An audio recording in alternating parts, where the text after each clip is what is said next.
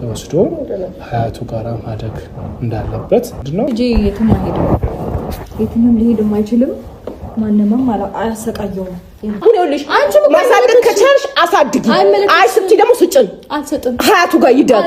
ቆይ ማፈሩ ከኛ ነው። ምንም ይሄንን ነገር ለማውራት ማለት ነው። እንደዚህ ስትመጡ ምንም እፍረት ምናምን የሚባል ነገር አልፈጠረባችሁ?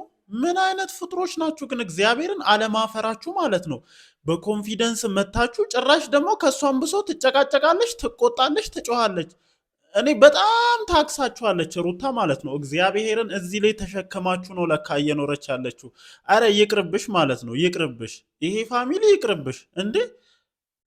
አረ በጣም በጣም በጣም የምትገርሙ ሰዎች ናቸው። እኔ እግዚአብሔርን በጣም ነው የገረሙኝ። ምን ማለት ነው? አሁን እናት በህይወት እያለች አንድ እቺ ልጅ ምን ስትሆን አይታችኋታል? ስትሸረሙጥ አይታችኋታል?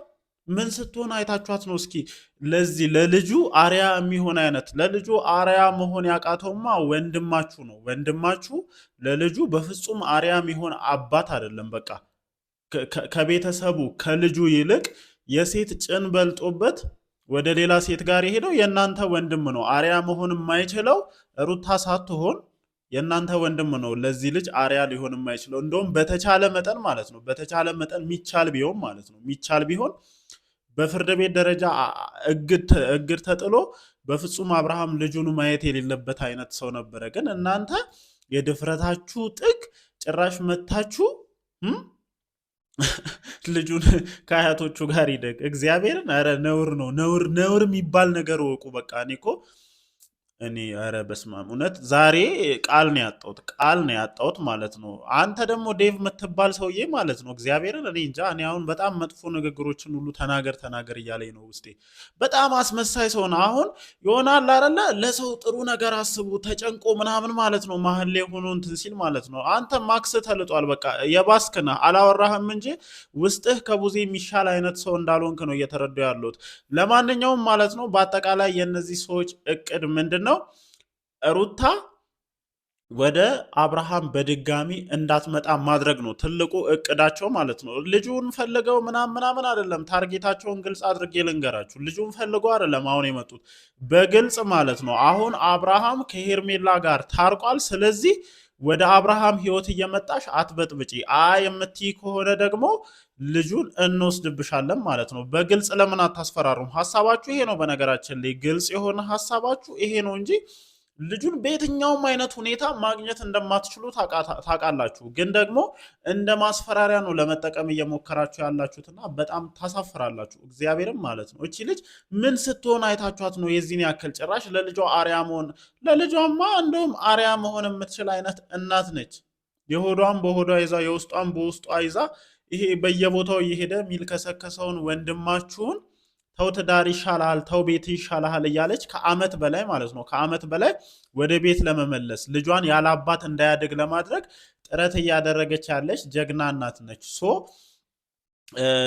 አላረለ አሁን ላይ መታችሁ እቺ ልጅ እየነካካችሁ የራሳችሁን ማክስ ባታስልጡ ይሻላል ባይነኝ ማለት ነው።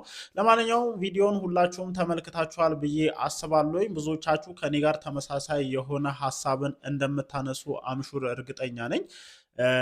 ብቻ ቪዲዮ ላይ የተመለከትናቸውን አንዳንድ ጉዳዮች ሐሳብ ለመስጠት እንሞክራለን። በመግቢያ ላይም እንደነገርኳችሁ እነዚህ ሰዎች ትልቁና ዋነኛው ታርጌታቸው ምን መሰላችሁ? አሁን ላይ አብርሃም ከሄርሜላ ጋር ልክ እነሱ እንደሚፈልጉት ወደ እርቁ ደረጃ እየመጣ ነው። ሰው ከታረቁ በኋላ ምናልባት ሩታ እየመጣች ዳግም የነዚህን ሰዎች ህይወት ትበጠብጣለች የሚል ትልቅ ፍርሃት አላቸው። በነገራችን ላይ ማለት ነው ሁሉም ነገር ያበቃ መስሏቸው ነበር። የአብርሃምና የሄርሜላ ግንኙነት የተቆረጠ መስሏቸው ነበረ ሲጀመር ማለት ነው። ሄርሜላ ባትመጣ ራሱ ዛሬ አንድ ያስተዋልኩት ነገር ምንድን ነው? እነዚህ ሰዎች በእናንተ ህይወት መሃል እያሉ የእናንተ ህይወት ሰላማዊ ሆኖ ሊቀጥል እንደማይችል ግልጽ የሆነ ነገር ነው ማለት ነው። ለካ ችግሯ ሄርሜላ አይደለችም። ለካ የአብርሽ ፋሚሊዎች ናቸው ትልቁ ችግሮቹ ማለት ነው። የዚህ ትዳር መበጥበጥ የዚህ ትዳር መፍረስ ትልቁ ችግር ሄርሜላ አይደለችም። በቃ አሁን ሁሉም ነገር ግልጽ ወጣ እኮ። ሩታን እንደማትወዷት ሩታን እንደማትፈልጓትና ለሩታ ያላችሁ ጥላቻ ምን ያክል ርቀት ሊሄድ እንደሚችል ዛሬ ለሁሉም ሰው በተግባር ያሳያችሁበት ቀን እንደሆነ ነው እንደኔ የምረዳውና እግዚአብሔር ሊገላግልሽ ፈልጎ ነው። ሲጀመር አይሆንሽም፣ እግዚአብሔርን አይሆንሽም። እንደ ፌንጣ ከሴት ሴት የሚዘል ወንድ አንቺ እኮ ስንት ጉዱን ችለሽ ስንት ነገሩን ተሸክመሽ ነው እኮ አብሮሽ እንዲሆን ዋጋ እየከፈልሻለሽ። እነሱ ስለዚህ ነገር ቅንጣት ታክል እንኳን ሊያስቡ አይችሉም። እግዚአብሔርን እኔ ምንድነው የዚህን ያክል ጭንቅላታችሁን ሊደፍን የቻለው? እየነገረችሽ እኮ ነው። አንቺም የልጅ እናት ነሽ። በምን አይነት መስፈርት ነው እናትን ከልጅ ለመለያየት የምትመጪው ብላ እኮ እየነገረችሽ ነው። ማሰብ እንኳን አልቻልሽም። አንተም የልጅ አባት እኮ ነህ አይደለ? ቢገባችሁና ትልልቅ ሰዎች ብትሆኑ ኖሮ ወንድማችሁን ተቆጥታችሁ ነበረ ነገሮችን ለማስተካከል የምትሞክሩት። ግን ለካ የዚህ ትዳር መበጥበጥ የዚህ ትዳር መፍረስ ዋነኞቹ ተዋንያንና ዋነኞቹ ችግሮቹ እናንተ ናቸው። እኔ በእርግጥ ከዚህ በፊትም አወራለሁኝ፣ ግን ጥሩ ለመምሰል እየሞከራችሁ ህዝቡን ለማታለል ስትሞክሩ ነበረ። ግን ዛሬ በግላጭ ማክሳችሁ ተልቋል። በቃ አብርሃምና ሄርሜላን አብራችሁ ለማድረግ የምትሄዱበት ርቀት ግልጽ ነው። ያርግላት፣ ትውሰደው። እግዚአብሔርን ይሄ አብርሃም የሚጠቅማት ከሆነ እንደዚህ አይነት ፋሚሊ ያለው ልጅ የሚጠቅማት ከሆነ ትውሰደው ሄርሜላ። ነገ ተረኛዋ አልቃሽ እንደሆነች ነው እንደኔ የምረዳው ማለት ነው። ምክንያቱም ነገ በእኔ ላይ ምን አይነት ነገር ሊፈጠር ይችላል ብዬ ነው እኔ በበኩሌ ላስብ የምችለው ማለት ነው። የምሬን ነው። ከሆነ ሰዓት በኋላ አንቺንም ይሰለችሻል፣ ልክ እንደ ሩታ ማለት ነው። ልጁ እንደሆነ እንደምታውቂው ነው። እንደ ፌንጣ እየዘለለ ሌላው ሀገር ሊሄድ ይችላል። እሱ የወደዳትን መውደድ ደግሞ የእነሱ ስራ እንደሆነ በግላጭ እያሳዩ ነው። እና ነገ ተረኛዋ አልቃሽ ልትሆኝ የምትችይው ራስሽ ነሽ። ከዚህ ነገር ራስሽን ማራቅ ካልቻልሽ ማለት ነው። አረ እግዚአብሔርን አንዳንዴ እኮ ማፈር የሚባል ነገር አለ። እኔ ግራ ገባኝ እኮ፣ እኔ አፈርኩኝ እኮ። መጀመሪያ ላይ ቀልድ ነበር የመሰለኝ። እነዚህ ሰዎች መቼስ ፕራንክም ይሁን እንዴ ምናምን እያልኩ እያሰብኩኝ ነበረ። ግን ጭራሽ የምትናገረው ንግግር እንዴት እንደሚያስደነግጥ፣ ሩታ ምን ያክል ትዕግስተኛ እንደሆነች ማለት ነው። እግዚአብሔርን እኔ የሆነ ነገር ከማድረግ ወደኋላ አልለም ነበረ። ጭራሽ በልጅ መጣችሁ ሲያቅታችሁ። እንዳልኳችሁ ሀሳባቸው የነዚህ ሰዎች ምንድን ነው? በዋናነት ከዚህ በኋላ እየመጣሽ በአብርሽና በሄርሜላ መሃል አትግቢ።